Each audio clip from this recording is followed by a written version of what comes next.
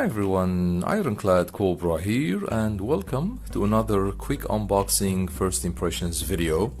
Today I'll be featuring this really cool handheld that's been really popular on social media. I've seen so many YouTubers and content creators getting it, so I thought, why not? And I personally am a huge fan of Linux handhelds. So this is a Linux device and it has the RK or RK3566, which is a bit more powerful than the regular RK3366. So that's one of the reasons I got this device. And another reason is that it's really gimmicky design, and it reminds me of I think it was called the Pocket Go V2.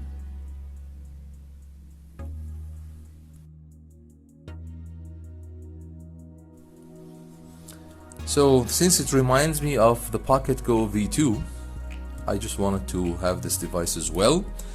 And of course, as I mentioned, this is an $80 device. You might be able to get it a bit cheaper. I think if you add up some coupons on AliExpress, I got mine for around $75 US, but I think the price is between 80 to 90 US dollars. Okay, so let me just show you. This is called the Miniloong Pocket 1. So let me just show you. It's a modular handheld, and it has also modular D-pads, swappable or replaceable D-pads. Now I'm not sure if I'll be getting them. I've seen so many content creators ordering the device, but they only had one D-pad, this model, not the one that is the Sega Game Gear model. But let's see if I'll get it or not. And then this is the device itself. This is the thickness with the clear white plate, face plate or front plate that comes with the device. I'll show you in a minute. And then here it's just the name, Miniloong or Miniloong if you want to.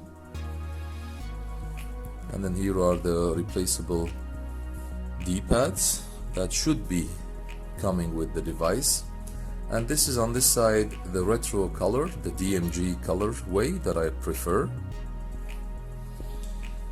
And then at the back we have nothing, and let's go. Okay, now I think this is not a new chipset. The RK3566 has been quite a couple of years old, but I thought for 75 or 80 US dollars it's worth getting, especially it's Linux, and I think sooner or later or eventually we'll have many custom firmware available for this device. Okay, so let's see. Wow, oh, it has a card. Oh man, this reminds me of the Odin 2 devices. Normally the Odin 2 devices also come with a card like this, as you see here. The technical specs, there you go.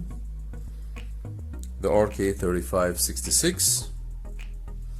It's the GPU is the Mali G52 at 800 megahertz. The RAM is 1 gigs of RAM.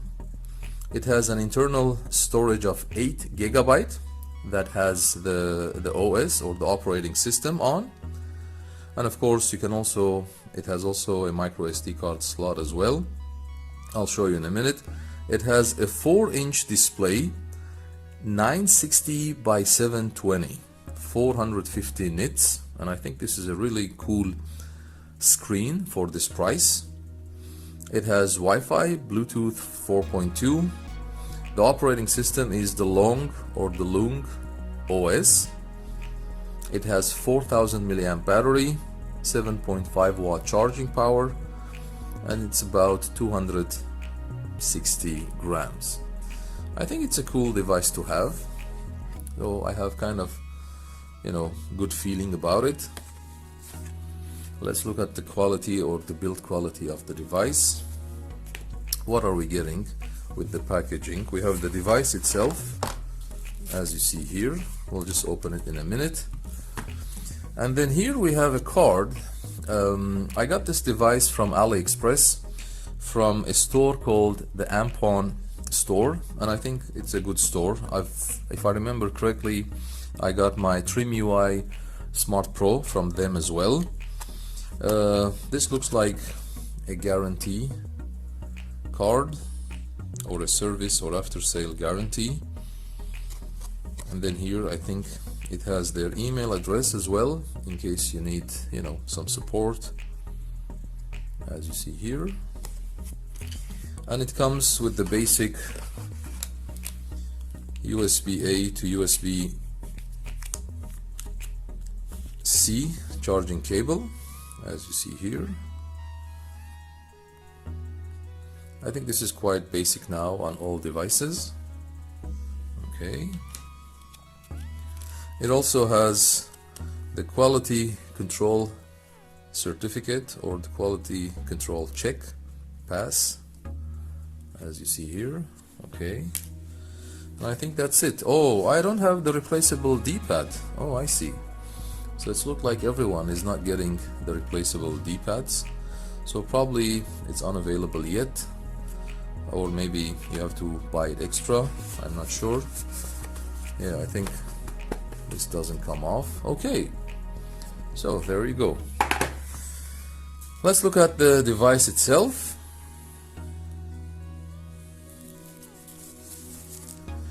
It reminds me of Ioneo's Pocket Air Mini. Let me see.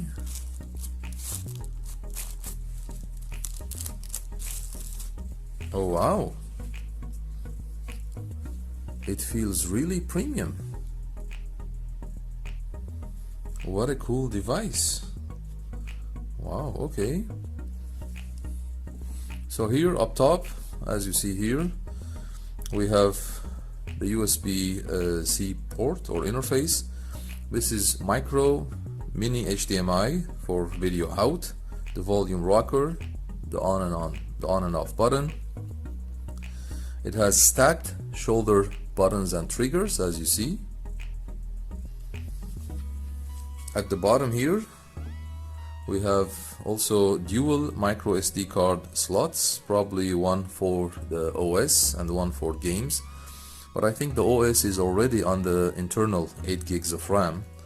So I'm not sure, maybe both can be used for games, probably. And then this is probably the charging port for USB-C.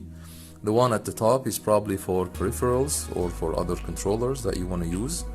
And then of course the 3.5mm audio jack. On the sides I think there's nothing, as you see here. At the back we have a little grippy texture, which is really cool, and then with the Miniloong logo as well.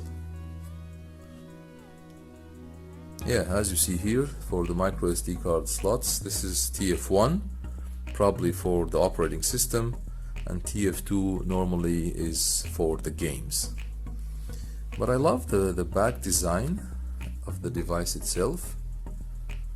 As you see, it doesn't have an active cooling, but of course it has all the ports and, you know, interfaces needed for a retro handheld.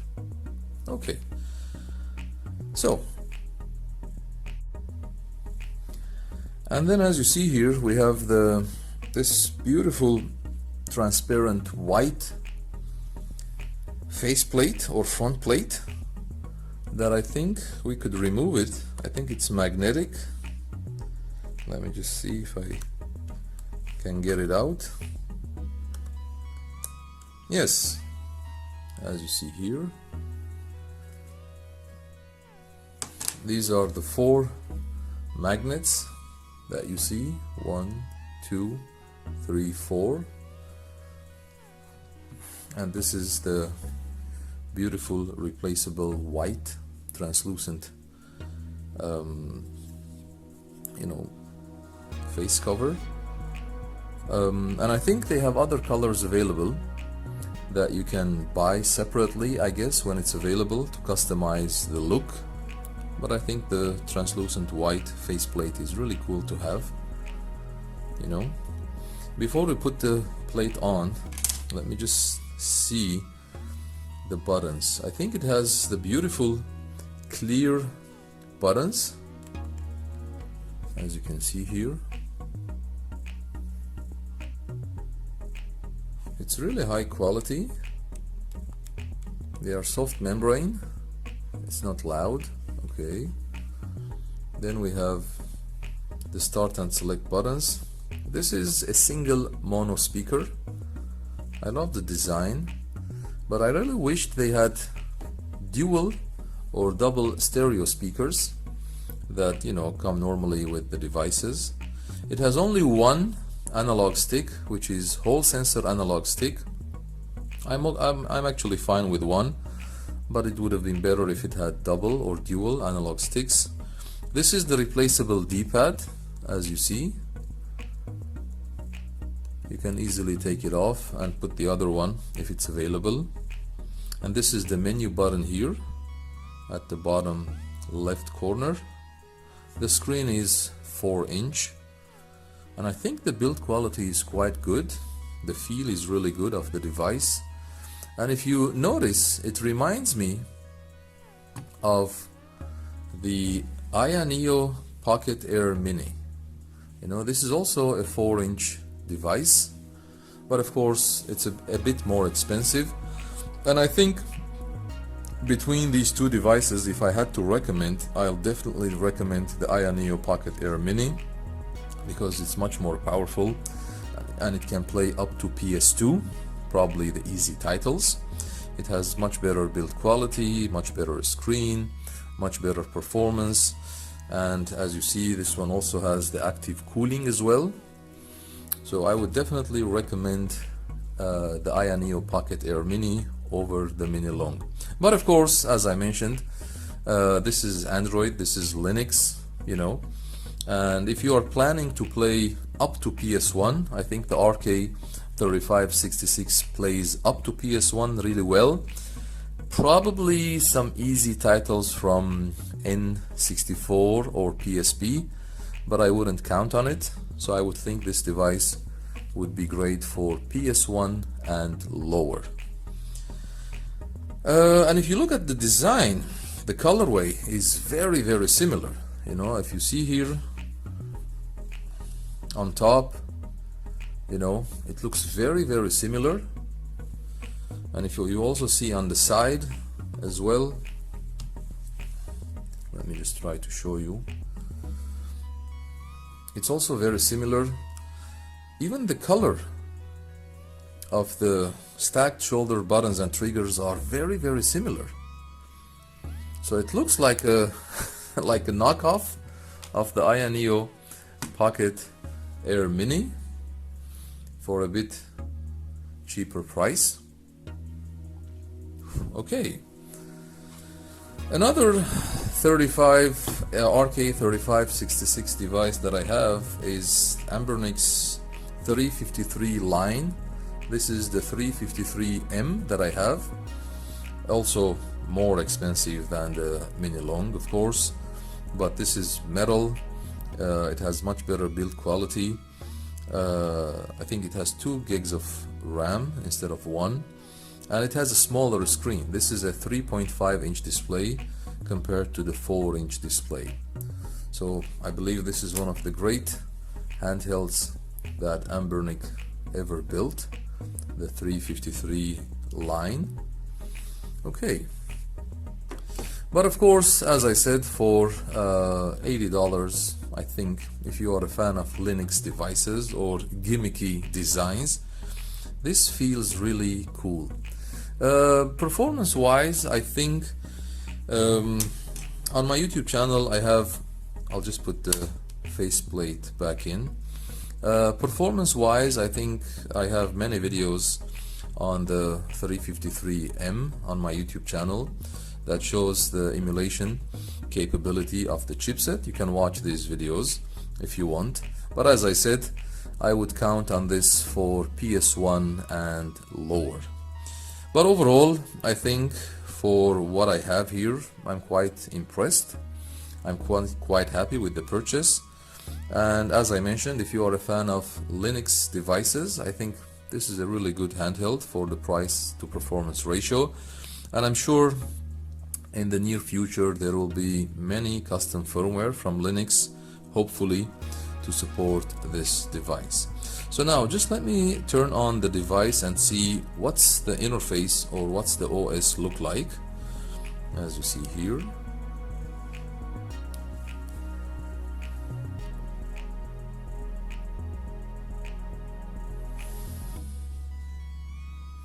The whole stick and whole sensor analog stick comes with RGB lighting as well.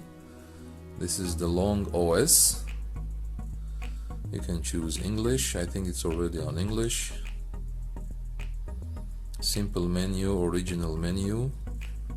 Let me just see.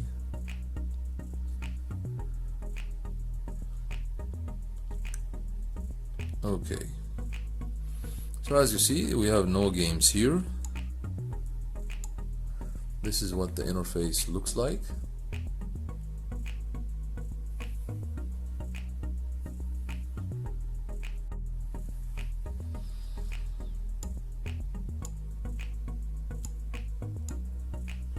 It has already RetroArch installed, as you see.